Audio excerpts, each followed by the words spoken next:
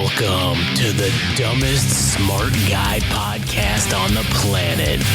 This is the Central Unintelligence Podcast.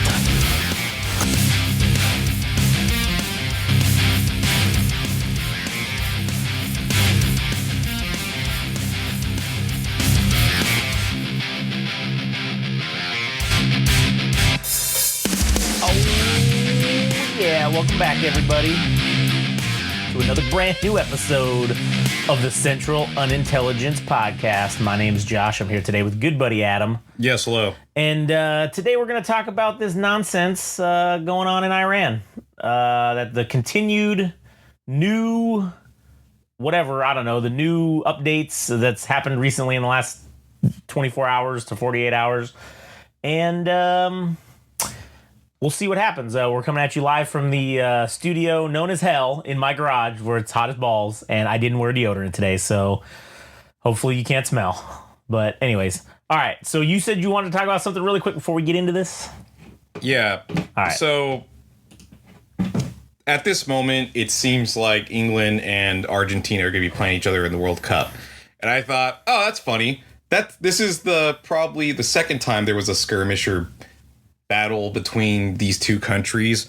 Once with this, and the other time previously in the 1980s for a war that was called the Falklands War. And I do want to just read this briefly. The Falklands War was a 10-week undeclared war between Argentina and the United Kingdom in 1982 over the British overseas territories in the South Atlantic, the Falkland Islands and its territorial dependencies, South Georgia and the South Sandwich Islands. The conflict began on the 2nd of April 1982 when Argentina invaded and occupied the Falkland Islands. Following the invasion of South Georgia the next day, on the 5th of April, the British government dispatched a naval task force to engage the Argentine Navy and Air Force before making an amphibious assault on the islands. The conflict lasted 74 days and ended with the Argentine surrender on June 14th, returning the islands to the British control. In total, 649 Argentine military personnel, 255 British military personnel, and 3 Falkland Islanders were killed during these hostilities. So now we remedy that with playing soccer. and now it all comes full circle. Yeah. With the fucking soccer. That's funny. Yeah, Falklands War was not a very popular one in England. That's their version of, even though they didn't technically lose, but it was their version of Vietnam, where when they all came back and everybody hated them, and it was a big deal. The people were talking shit about it. So, but I mean, it was a real legit conflict. Yeah. So I thought it was worth mentioning since these two countries are going at it again in the form of sport. Yeah, and if you look at it, though, this time I think the Argentinians are going to have some referee help on their side. The organization is pulling for them to win. So unlike in the Falklands War, they will have some backup. Yeah. All right. But anyways, we got a lot of shit going on, and predictably, like, the pattern has essentially been, as soon as the markets close on Friday, we fucking do some shit. And yeah, I guess it was retaliation for these 3 ships that got attacked by the Iranians earlier on Friday and later on Thursday. But we always wait until, well, at least Trump always waits until the market's close so it doesn't affect the stock market too bad. And I'm sure, as is in with potentially the possible pattern, is I'm sure before the markets open on Monday, he'll be saying, oh no, we've got a deal, we've got a new deal, even though he has basically said that the MOU is canceled and the ceasefire is off. And seemingly that's kind of what it looks like now at this point, for sure. It also definitely looks like we are kind of ramping up to what I feel like is going to end up being boots on the ground, which I think is a terrible fucking idea. Earlier in the week, there was a statement that Trump had made when he was at the NATO summit in Turkey. And he had said that, oh, I'm number 1 on their list or whatever. He had on Iran's list. Like, he was making some weird offhand comment that nobody knew what he was fucking talking about. And as it turns out, a few days later, a story leaked that essentially said that there was some talk amongst the Iranian higher-ups that they were talking about assassinating Trump. And I mean, there was parading in the street with signage that read, "We want to do in the president." Yeah, and there's one thing that a lot of people probably didn't notice, but if you looked in a lot of those things, there were these red flags that had some Arabic writing on it, right? And those were the overwhelming majority of flags that were seen in any of these funeral processions that we had seen. Yeah, there were a few Iranian flags scattered here and there. There were a few, Iraqi flags when they were in Iraq, but the majority of the flags were these like red. And I'm like, what the fuck is that? And what does that mean? So like, I did some research into it, and that is basically like their version of like a revenge flag. Like it basically says revenge on it. And so that was, to me, the signaling that the populace wants revenge for their guy being killed, right? For the head of their religion and country. And this is the thing, is we've talked about this before, where it's not like they just killed the leader of Iran. They killed the Pope of Shia Islam, basically, for lack of a better term.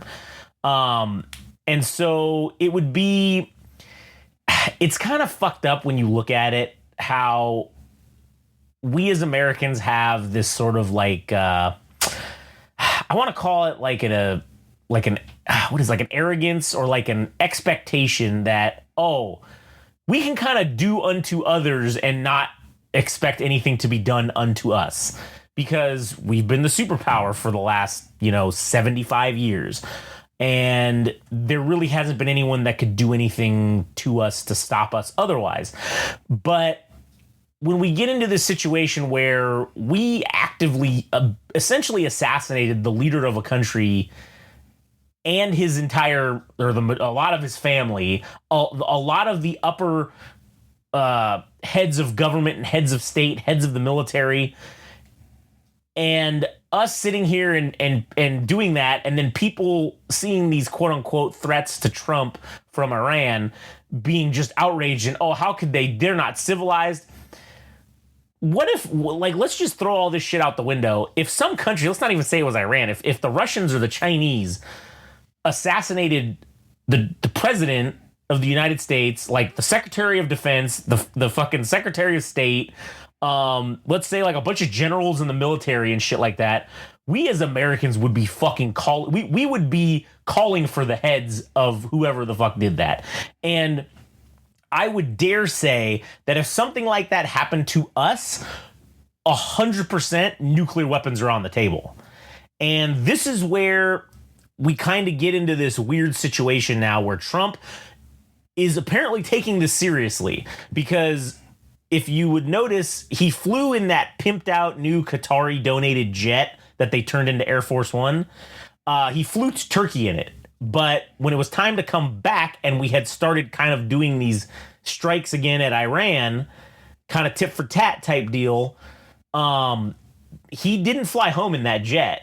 They sent it to England, to Mendenhall Air Force Base in England, and they flew him the old Air Force One back. And the reason for that was because the new Air Force One hasn't been outfitted with the offensive and defensive capabilities that the old Air Force One has. So, like, yeah, you're gonna fly the president of the United States out of Turkey, which is pretty fucking close to Iran in that area, and you're gonna fly them back out after we're shooting at them again, and not have any defenses. That's stupid.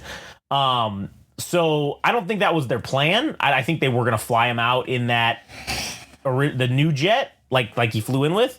But I think Trump is, at least it's signaling that he's taking this quote unquote threat seriously. And where I get concerned is not, and I wouldn't rule out, if something happened to Trump, I wouldn't rule out, obviously, the Iranians. They would probably be suspect number one. But a real close fucking suspect number two would be Israel, because they do not want this shit to keep going or to stop, I mean. And if they were to do something and then pin it on the Iranians, or find somebody that's here in the United States that's of Iranian citizenship, or Iranian descent of somehow and is Muslim, and they somehow successfully were to assassinate the president, that would be pinned for sure on Iran. And I just want to read something about how seriously I think that Trump is taking this, because he put out a tweet today, or a Truth Social, or whatever the fuck it is. I'm going to read it verbatim. He says, 1,000 missiles are locked and loaded and aimed at the Islamic Republic of Iran, with thousands more to immediately follow should the Iranian government act on its threat, pronounced in many corners of the globe, to assassinate or attempt to assassinate the sitting president of the United States of America, in this case, me. Orders have already been given, and the U.S. military is ready, willing, and able for a 1-year period of time, subject to extension, to completely decimate and destroy all areas of Iran. Praise be to Allah, President Donald J. Trump. Okay, that's a fucking thing that the president of the United States put out. Okay, now, to me, he is fucking setting himself up to get assassinated, because, again, if we've been backpedaling a little bit, now we're kind of seeming to go forward again. I feel like we're going to get into the next 3-4 weeks here where we start to see those effects of the closure of the Strait of Hormuz start hitting us here in our pocketbook as American citizens. That's going to be putting pressure on the midterm election coming up. I wouldn't rule out something happening to him before then. And I say that because regardless of if they get, because JD Vance has been vocally against this thing, I don't know if that's fucking true. I don't know if it's just theater. We just don't know. What do you mean? Like, he's been kind of like anti-Israel for a little bit. So I don't know if Israel would say, cool, we assassinate, if we did some plot and let some assassin get Trump, JD Vance would become president. He's not been friendly to them over the last few, months during this, or even the last 6-8 months during this, conflict since the beginnings of it and till now. So JD Vance has said some things pretty hard against Israel in the last several, weeks, saying we're the fucking boss. Yeah, go ahead. Do you think he's trying to separate himself at this moment, assuming we have elections for the midterms and also in 2028, that he would try to... He's not going to go down with the potential sinking ship, so he's already kind of soft launching. Oh, I got to distance myself a little bit, not much, but a little bit. Yeah, I think that's kind of what that is. It's political posturing so that he can make a presidential run in 2028, because it is very much going to be him potentially against Rubio, because Marco Rubio now has. Yeah, JD Vance was the vice president of the United States. He didn't have any experience before that, but now Marco Rubio's been the Secretary of State, and they were both under Trump kind of as minions, so they kind of have the same level of experience now. The only difference being Marco Rubio is extremely positive towards Israel and the Israel lobby.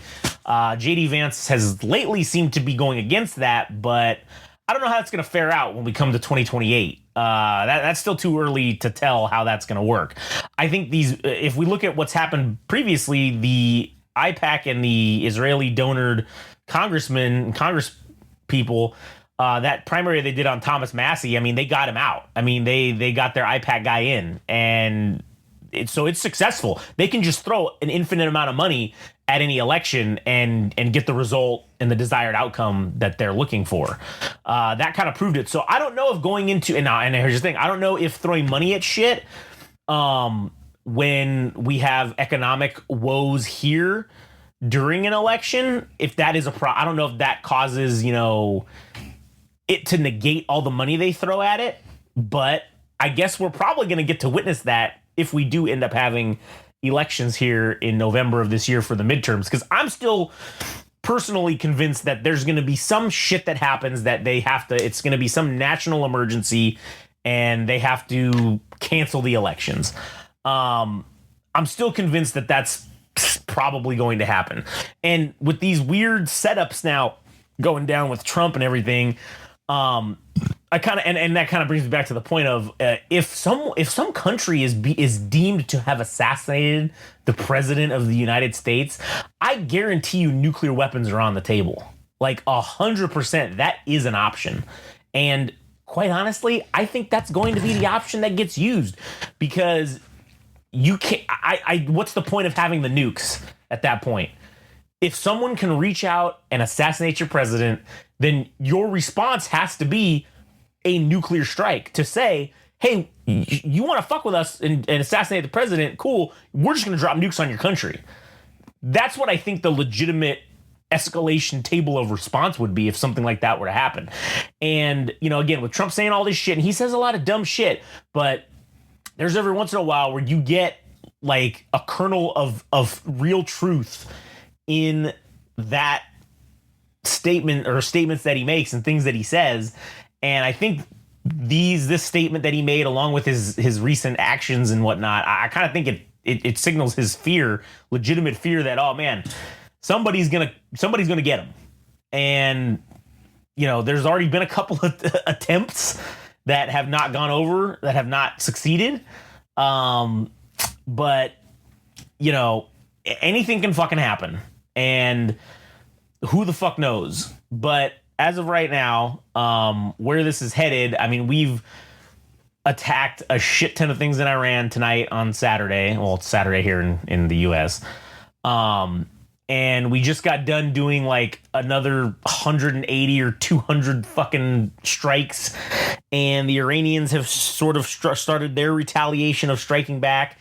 And, you know, this doesn't look like it's calming down. It's definitely not reverting back to de-escalation. It's continuing to escalate, and we are in, you know, this guy, Professor Robert Pape, he talks about the escalation trap, and this is exactly what we're in. We're in a straight escalation trap, and unfortunately, we don't have the, what's the word I'm looking for? We don't have the initiative on this escalation trap.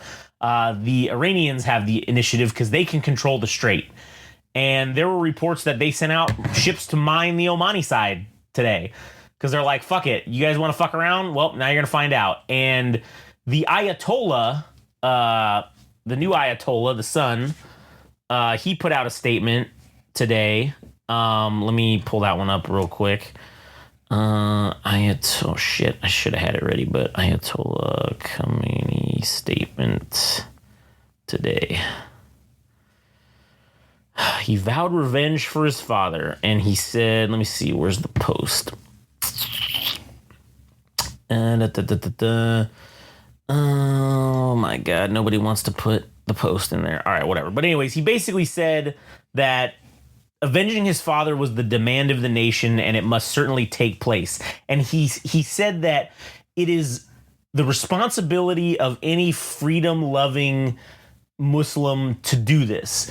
And so you look at the, you know, there is a, you know, contingent of Shia Muslims here in the United States. That was like a call to action. And I hope it doesn't turn into a post 9/11 type bullshit again, where it's like, okay, everybody who's Muslim or looks Muslim is just getting fucking screened and just getting harassed and fucked with. Because the majority of these people don't have anything to do with this shit. But I'll tell you how you really get people involved is you start doing dumb shit like that and you get people to turn against you. And that's not the right move. But with that being said, the Iranians aren't helping their cause if something does happen to Trump.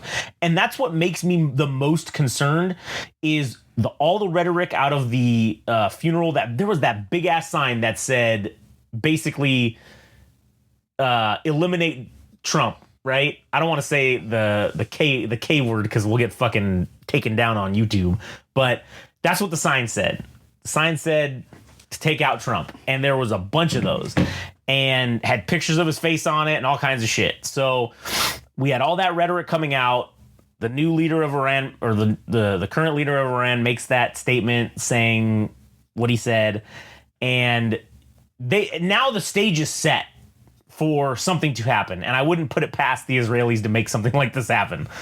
It seems very plausible in my opinion, and that's what's the most dangerous, is because the Israelis have shown that they will do what benefits them the most, even if it has a high probability of failure.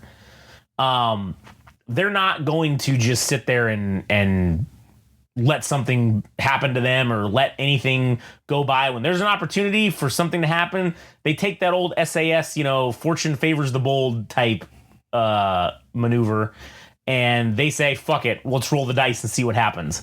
What's the worst that could happen?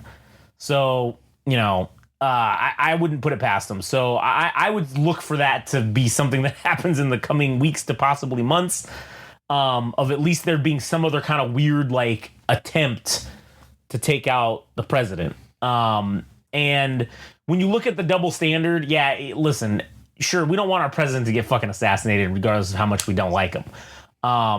But it would be disingenuous if we were to sit here and say, oh, we can't believe that they're doing that. And the people that are saying that, I just think that there's a lack of, I think the term is strategic empathy, to understand and put yourself in the shoes of your enemy, essentially, because that's at this point, that's we're enemies now. So to strategically look at how they view things and how they would feel, I don't think that was taken into account at all, because there is a real possibility something like this shit could happen. And what would you expect from some country to do if you just blew up all their government? You're gonna expect them just to sit back and take, and then just to demand that they sit back and take it, and do nothing about it, and then be outraged that, oh, you're calling for the assassination of our president. Yeah, you killed our president, motherfucker. Like, what do you expect? So, I think that there's, like we had talked about previously, there is a lack of informed and educated individuals. I won't say educated. I'm just going to say informed. There's a lack of informed individuals that are surrounding the president of the United States, and the voices that should be guiding and being expert opinions on this stuff, they're tossed to the wayside, and they are any opposing opinion is being ousted and not listened to. And it's going to end poorly for us. This will be looked back upon I was thinking about this earlier. I kind of hope that like Plato and all the other like philosophers and stuff of like, we look at the ancient Greek histories and we look to them for all this philosophy and stuff. I kind of feel like it would be hilarious if they were just like low level like comedians or like low level people within their society, but it just so happened that throughout history their shit that they said was just the shit that happened to survive. So I hope in 100 years from now, the CUP is looked at as this fucking philosopher of like history because we just happen to be the shit that survived. Like, wouldn't that be awesome? Like, that'd be fucking hilarious. That would be some hilarious shit. And they're like, God, look at these guys talking about this shit. A no-name podcast but they don't know that. And that's how I think that, man, if those guys were like that, we could be that of now. But I do think that in the future they're gonna look back on this and say, oh shit, this was the turning point in history where shit really went fucking sideways. And kids are going to learn about this shit in history books if there is still school in fucking 100 years from now, because who knows what the fuck society's going to look like. Who knows? Who knows what it's going to look like next week, let alone in fucking 10 years. So, anyways, what kind of American are you? Yeah, exactly. That's what you're asking. What kind of American are you? Yeah. God damn. But anyways, all right. Well, that's all I have on that subject for now. Really? That's all you got? Well, yeah, that was all that happened. It wasn't a whole like fucking shit ton. 20 minutes. What do you think I was gonna go for like an hour? Man, there's plenty of stuff to talk All right, go ahead. What else you got? All right, hold on. Maybe I'm just forgetting something. Like maybe there's just something I'm fucking forgetting about. Yeah, man. There's that bipartisan board that supervises elections, like their assistants to elections or polls or whatever. All those people got eliminated. Well, not all of them, but just pretty much the Democratic ones have been wiped out. And it was supposed to be a protected organization because it is federal. But now that Trump has been granted those powers to fire basically anybody that's in a federal position, then it's all everybody's potentially at risk of losing their job, which it seemingly looks like that we're setting up for a heavily favored situation for Republicans to start, I guess, finagling with the way elections are ran in November. And then also Mitch McConnell, we're playing Weekend at Bernie's. Oh yeah. He's probably dead. Yeah. Whatever one you want to start with. Yeah. So the elections thing, I will say that is going to, if nothing crazy happens between now and the elections, that will play a fucking heavy favored role into potentially them keeping the House and control of the Senate. And if the Republicans do that, I think that's the only reason Trump hasn't launched a ground invasion yet, is because they're waiting for the midterms to happen. I think once the midterms are over, I think that all options are on the table, and that's the name of the episode: boots or nukes in the ground. Because I think that's the true options that we have left. We have an invasion, we have a ground invasion, and if that doesn't work, or we take a heavy loss, then we're going to nuke them. That's like the only options. I don't think it's going to happen until after the midterms, barring nothing crazy like the president getting assassinated or any major attack on the president or some weird shit like that. Yeah, just to read real quickly, President Donald Trump dismantled a long-standing bipartisan elections board Thursday, 4 months before a midterm contest that will determine which party controls Congress. Trump dismissed members of the Elections Assistance Commission less than 2 weeks after the Supreme Court gave the president broad leeway to reshape boards that were designed to be independent. Congress created the panel to strengthen and secure elections in response to challenges of the 2000 contest and structured it so no more than two of its four members belong to the same political party. That's kind of like a little brief thing. So yeah, so I would say that's obviously a bad sign. Yeah. That's kind of like what he's been doing in general, is getting anyone out of the military, of the government apparatus that's kind of opposing the presidential mandate. And that's kind of how you get Hitler. I mean, like, that's, you get people in the positions that if there's enough of them, if the majority of them will just blindly do what you say, then that's, like I said, how you get Hitler. Because then now the minority that doesn't want to do anything or doesn't want to do it, well, shit, now they kind of have to do it, or else they're just going to get killed or put in jail or whatever the consequence would be of disobedience to the executive branch. There's another thing I want to talk about really quick before. What was the second thing you said about? Was the Mitch McConnell playing weekend at Bernie's? Yeah, Mitch McConnell. Yeah, he's dead. They've refused to put him on camera, and since he was admitted to the hospital, and supposedly they had to do CPR on his ass. Like, they did CPR on him, which means he was dead. And also, when they carted him out, there was some kind of blanket placed over him. People were pointing out to the fact that there was no sense of urgency from the EMT staff or the ambulance staff. That it was kind of like leisurely. Yeah. So that would indicate to me personally that, if there's no urgency, then this dude's either dead or they got him in a stable condition, but he might be brain dead or some shit. One of those two things. He might be brain dead or he's dead.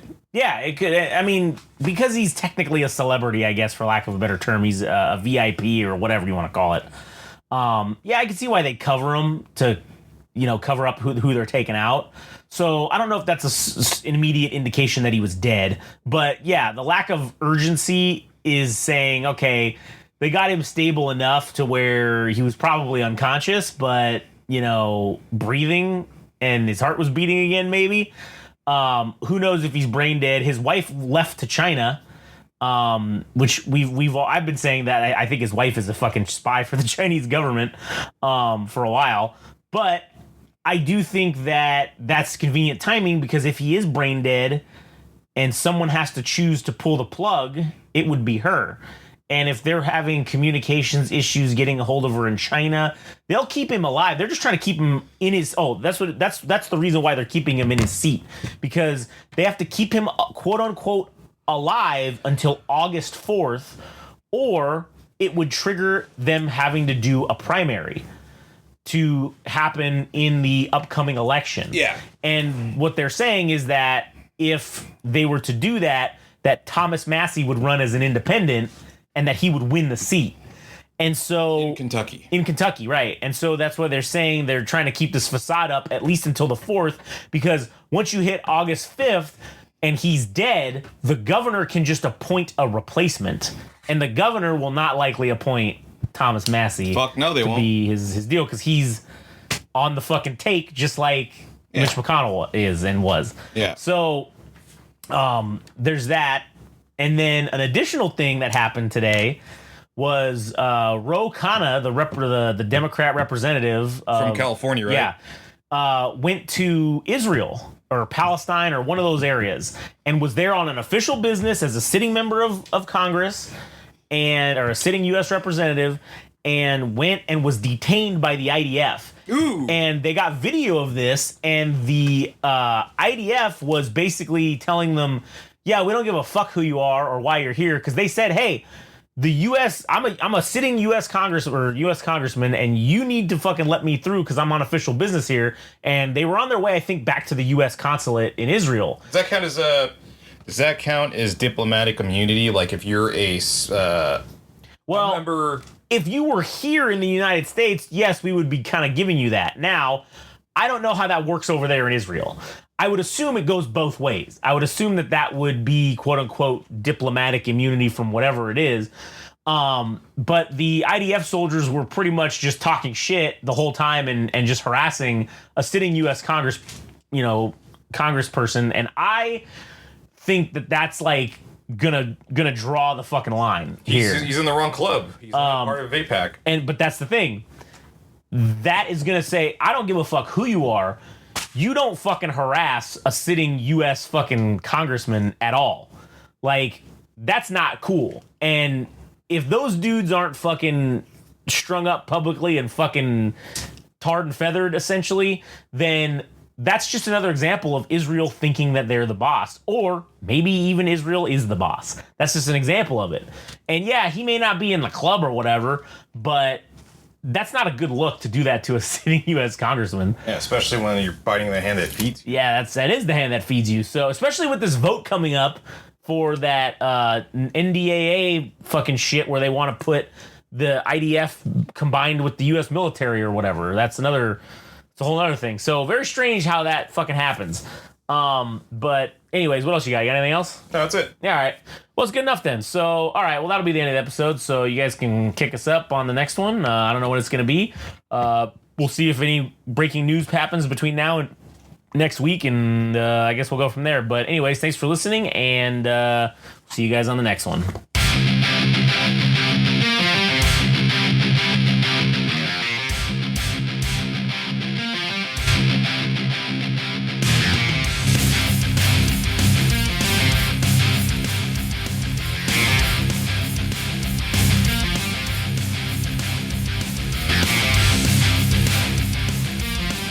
That was the latest episode of the Central Unintelligence Podcast. Don't forget, subscribe and like on Instagram and TikTok at Game Rage Magazine. We're also on Twitter/X at Game Rage Mag. Also our website, www.GameRageMagazine.com.